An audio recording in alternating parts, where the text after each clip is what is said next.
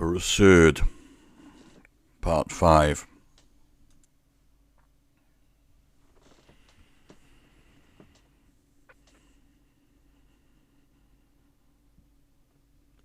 Jim looked down at his sleek pistol, and then out to the innocent-seeming booby trap he'd set up. If he timed this right, and he would, the robot wouldn't survive. No. He relaxed a little, yielding just a bit to the gently insistent sun.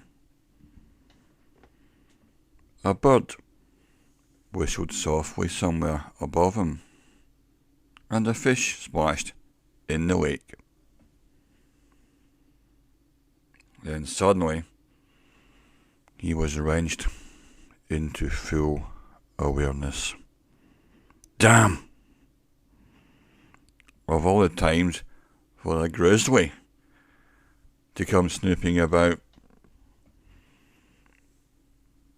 with the whole of Jim's camp ready for greedy looting, a foolish bear had to come sniffing around the dynamite. The third monster sniffed carefully at the box, nosed around, and rumbled deep displeasure at the alien scent of man. Jim held his breath. Just a touch would blow a cap. A single cap meant the whole damn show would go up. The grizzly lifted his head from the box and growled hoarsely. The box was ignored. The offensive odour of man was forgotten. The bear's wild little eyes focused on a plodding spheroid that was now only 40 yards away. Jim sniggered to himself. Until he had met the robot, the grizzly bear of the North American continent was the only thing in the world he had ever feared. And now, why the hell was he so calm about it all? The two terrors of his existence were meeting head on, and he was laughing.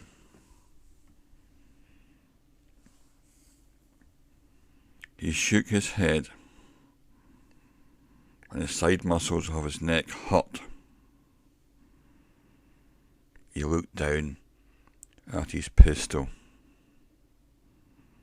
then out at the dynamite cache. These were the only things in his world. About 6 feet from the bear, the robot paused.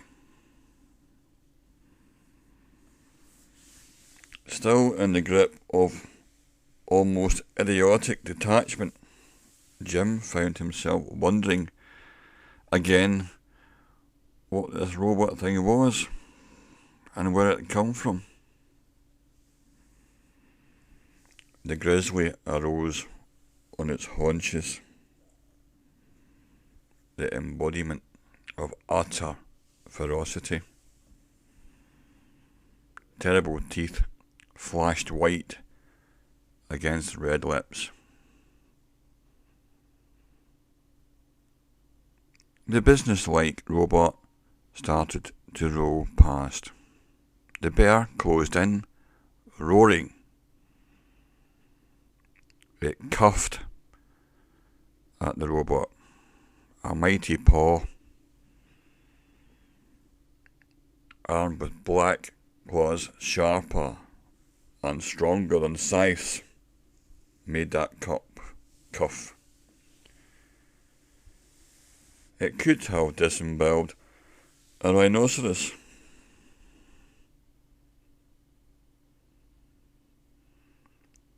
Jim cringed as the sideswipe knocked dust from the leathery spear, the spheroid.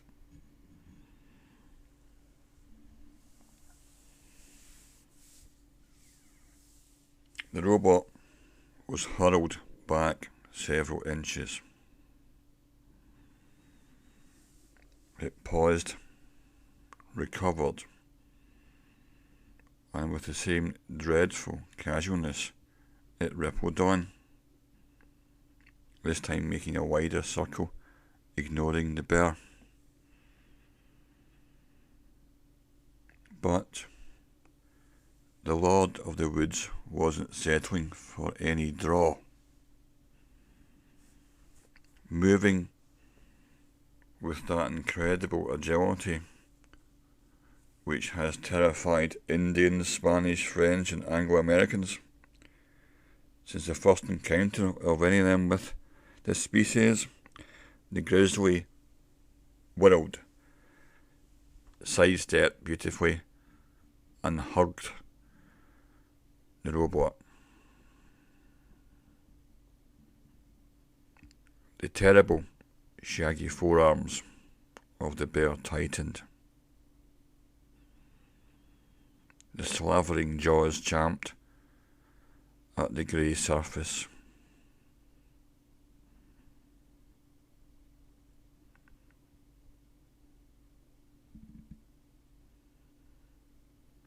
Jim shouted, "Go for it!" Even as he cheered, the clumsy emperor of the wild, it looked like the village idiot wrestling with a beach ball.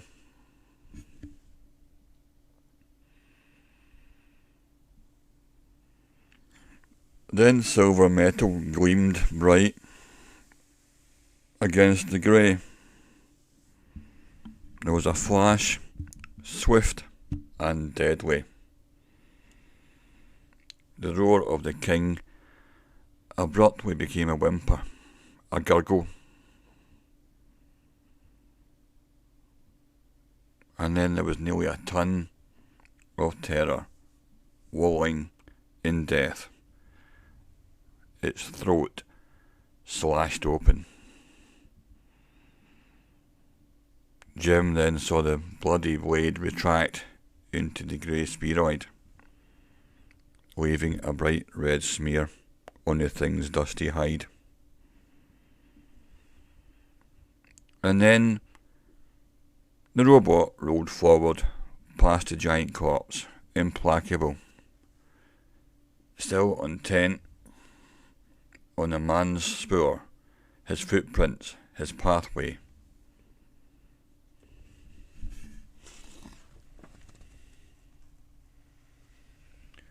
"Okay, baby," Jim giggled at the dead grizzly. "This is for you, for Shelley, for lots of poor dumb animals like us. Come to, you damn fool," he cussed at himself, and aimed at the dynamite with his pistol. And very calmly, very carefully, Jim squeezed the trigger of his gun. Briefly, sound first. Then, what appeared to be giant hands lifted his body from where he lay, then let go. He came down hard, face in a patch of nettles. But he didn't care. He remembered that the birds were quiet. Then there was a fluid thump as something massive struck the grass a few yards away. Then there was quiet. Jim lifted his head. All men do in such a case. His body still ached. He lifted sore shoulders and saw an enormous smoking crater in the earth. He also saw, a dozen paces away, grey-white, because it was now covered with powdered rock, the robot. It was sitting under a tall, handsome pine tree.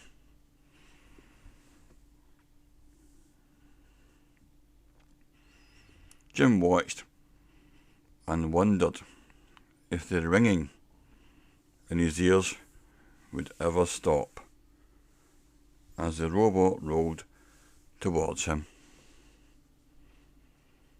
Jim fumbled for his pistol, but it was gone. It had dropped somewhere out of his reach. He wanted to pray, but he couldn't get properly started.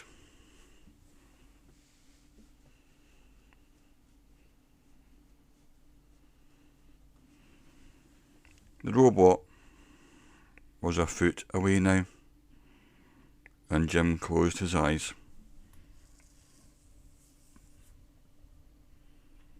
He felt cool, metallic fingers touch, grip, lift. His unresisting body was raised several inches and juggled oddly. Shuddering, Jim waited for the terrible syringe with its green liquid. He was seeing the yellow, shrunken face of a lizard,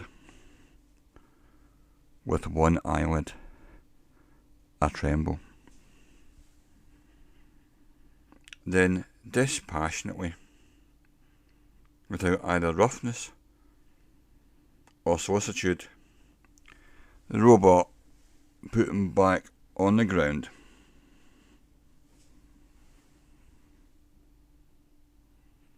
When he opened his eyes, some seconds later, the sphere was rolling away.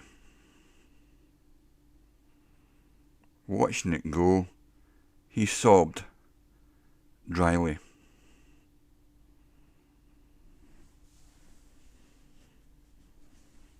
It seemed only a matter of moments before he heard the seaplane's engine and opened his eyes to see Walter over him. Later in the plane, 5,000 feet above the valley, Walter grinned, slapped him on the back and cried, "Jim, I can get a whirlybird, a 4-place job. Why, if we snatch up just a few of those prehistoric lizards and things while the museum keepers away, like you said, the scientists will pay us plenty."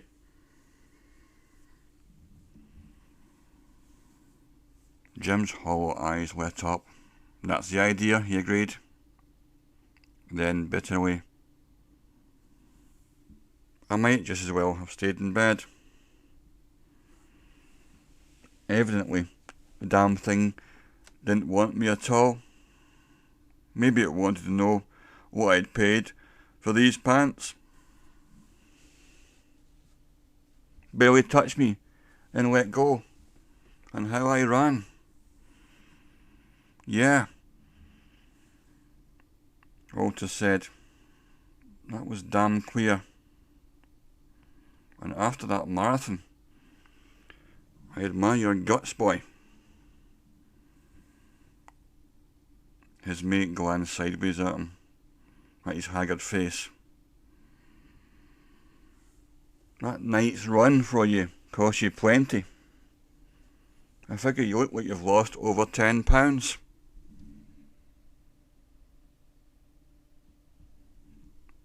That would make Jim weigh £139. He was below the threshold. The range was 160 plus or minus 15. Jim probably was about 139. The run saved his life.